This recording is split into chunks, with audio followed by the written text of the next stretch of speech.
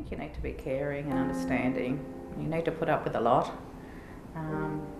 Support them as much as you can. If they need help, you try and get it, even though they don't want to listen to you. Sometimes you think, oh, I'm just going to give up, you know. They will be destroying, not building. How does it feel to be in the army? Oh, not so good, really. You feel not free and all this sort of thing. And Terrific experience to be in it. If you've got to go, you've got to go. He was saying they just pulled out a ball out of all these dates out of the big tub or whatever they put them in. Whatever date came up, that was it. Yeah, his birthday. All those born on that day, in that month, they were all the ones that were selected. I suppose it was that year as well. Because he reckons, he didn't realise that everyone, this other guy had the same birthday as he did and all that. And then it sort of clicked. Oh yeah, conscription. Yeah, but he's got some health issues that one doctor said that could be related to the war. But he can't get anywhere with the government about it. I say, well, it's not, because he was also part in that Agent Orange, in that area when they sprayed that Agent Orange. They were in the tunnels, and they had like this veterans picnic at Hillsville, Gumbaya Park, and see a lot of those little kids that didn't have an arm or there was something wrong with all of them, and that was the one and only time we went to anything with the Vietnam family things, because he saw those kids and he couldn't believe that that's happened because of the war. You might be going through a bad patch and you might be going through an even worse one now, but the fact that the others who he'd spoken to were really struggling and became alcoholics or don't sleep at night or go through a whole lot of other experiences, or the kids were born with disabilities or deformities, then you kind of felt that, well, he got out of it a lot better compared to others. I think we've come out as a family pretty good. I think there's probably some families who may have come out better, and there's probably a lot more have come out worse.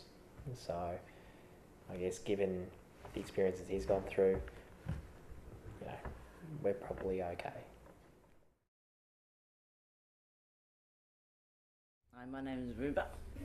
I came from Lebanon. I was 8 years old. We got sponsored because of the war. We left the country because of the war. The war started in 1976, so we came February 1977. And what grade did you go into, do you remember? I think grade 3 when I started. I'd go home crying.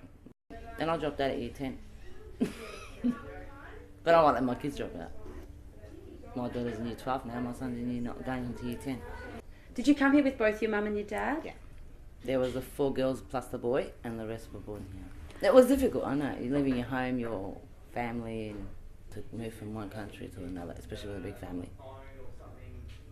You've got to put their safety first. You provide a home, food, everything. Like if I move house from here to, say, Preston, it's going to kill me. So can you imagine moving your whole family with whatever you've got and then all the way to another country that you know nothing about, don't speak the language, nothing. Like it was like you're walking around like a zombie, honestly. So how'd you go at school? I was scared at the start because it was a different language, different people, different faces. I only went to grade prep in Lebanon, and then I came out here. I didn't go to school because of the war. I was too scared to go to school. I was too scared to walk because it was really close to the houses, and you'd be walking there. We were on the 15th floor, so you had to go down. There was elevators, but because of the war, there was no electricity. You had to walk down the flights of stairs and then walk in the street. It was pretty scary. We were always in the dark, locked up, closed. Underneath all the buildings, that's where the shops were. Like the greengrocer, the milk bar, the fish shop, the chicken shop, whatever. And you'd order it and then put money in it, drop down the basket, and then Mum would put it up. By the time we left, the bombs were hitting our buildings. They were in our streets. I remember that. I'll never forget that.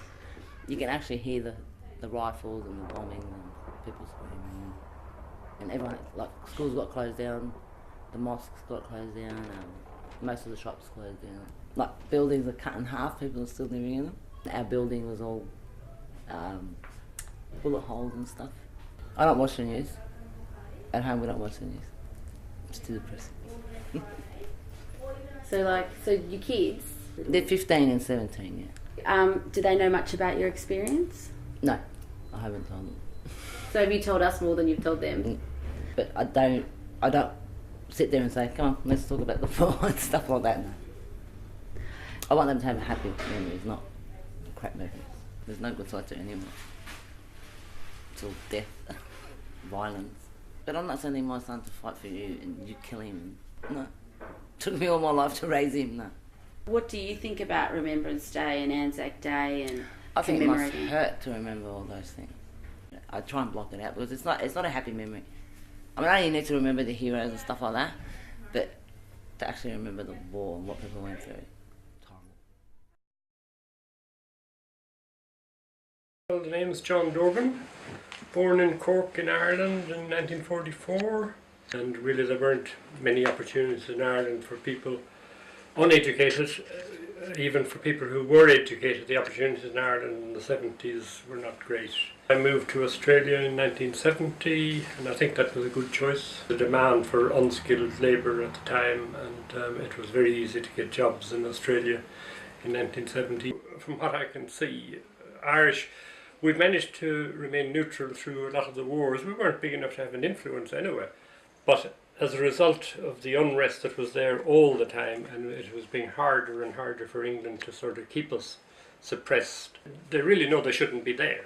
You know, they colonised an awful lot of the world, and they pulled out of, you know, lots of Africa, India, lots of places, but there's this pride thing because it's so close to home, I think, that their own pride would be injured if they pulled out of the north of Ireland.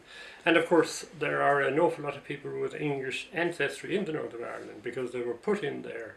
They were, as it was called, planted there, and the Irish were just turfed off their farms and they were handed to the English. But the IRA weren't an Irish official political force, they were guerrilla fighters, and that was it. I remember going back to Ireland on my first trip back, which was about sort of Christmas 1971 into 72, and seeing unrest then in Dublin, where a lot of cars were torched and the British embassy was burned down and so on. I was in Dublin that night, and I remember talking on that same trip to a couple of guys who'd come down from Belfast, and they were holidaying over in the west of Ireland, and I said, it must be dreadful to live in Belfast. And they said, well, you sort of get used to it, you know, you hear a knock on the door, and you'd look out the window just to see who was there. And I said, well, you know, most people wouldn't class that as being natural, you know, that you have to look out the window before you open the door. But he said, oh, well, you get used to it, you know. When I came in here, right, there were Greeks and Italians, but it was very much sort of Anglo-Saxon, really. You know, a Vietnamese would be obvious back in 1970 when I came here, because, you know, there wouldn't have been such a thing, really. That was during the Vietnam War, I guess, wasn't it? My name's Dwan. I was born and raised in Australia. At the moment I work as a fireman at the Metropolitan Fire Brigade, and yeah, my parents are from Vietnam. My dad is a POW. Do you understand what that means? You know, people don't understand what that means. I grew up in the Housing Commissions in Collingwood, like a lot of immigrants did when they first arrived to Melbourne. And I just remember hanging around with all different types of kids, because obviously if you lived in the commission housing, you weren't exactly rich.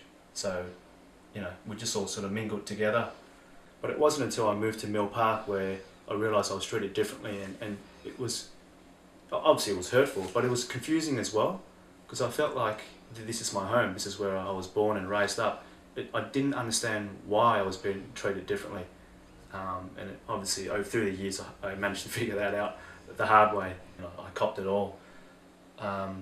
Zipperhead, slanty-eyed, I've given you Ching Chong already. What are the other ones? Look, there's more, and they usually are accompanied with, you know, the F word. And look, I don't compile a list, I just know I've been called out everything. It usually just goes in one ear and out the other these days. It's made me the person who I am today, and I guess in many ways I'm proud of being, you know, of having all this experience and also being an Aussie. It sounds cold, but I don't associate with anything in Vietnam.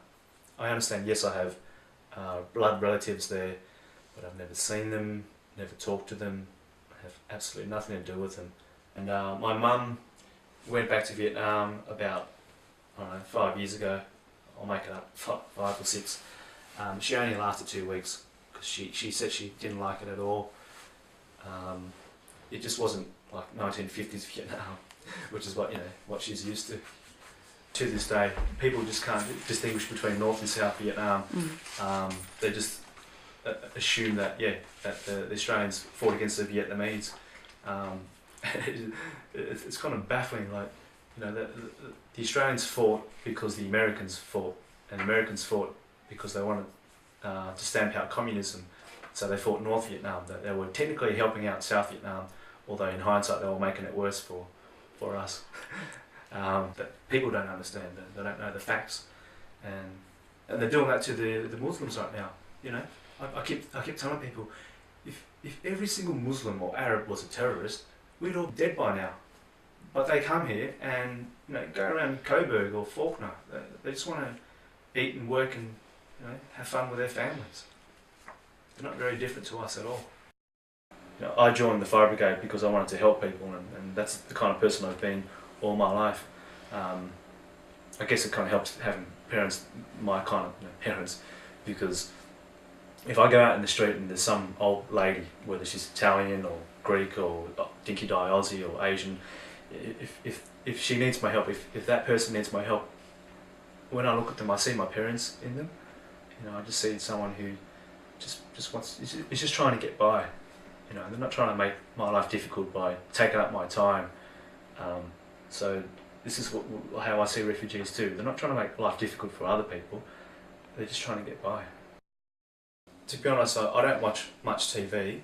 I think a lot of it, especially in the news, is negative, and I choose to not pay attention to any of that. For me, it's a tough one because yes, I can relate to these refugees because I was one of them, and I don't understand why the media does this. Maybe because they want to generate interest in more news and debate, and maybe that creates ratings for them. But we definitely do have two sides to the story. We definitely have people, who don't want immigrants here. I recall when I was a bit younger and One Nation and Paul and Hanson were on the rise. Someone said something like there was 1 in 12 people who voted for One Nation. I don't think we can ignore that, even though I don't agree with them. I don't think we should, for example, stick Paul and Hanson in prison and in Gaga. I don't think that's right. I think we should let them talk. Let them not just vent, but explain why they feel what they feel. And what I want people to know about my parents is this basically, that they are very grateful for being here. They came here with nothing. They were refugees. If anything, they brought a lot of baggage with them, a lot of psychological trauma. So, I admire them for what they've done. It takes a very courageous person to get this far. They're great people. I struggled growing up with them because of philosophical differences. But now that I'm my own man, I look back and realise they did the best they could with what they had at the time.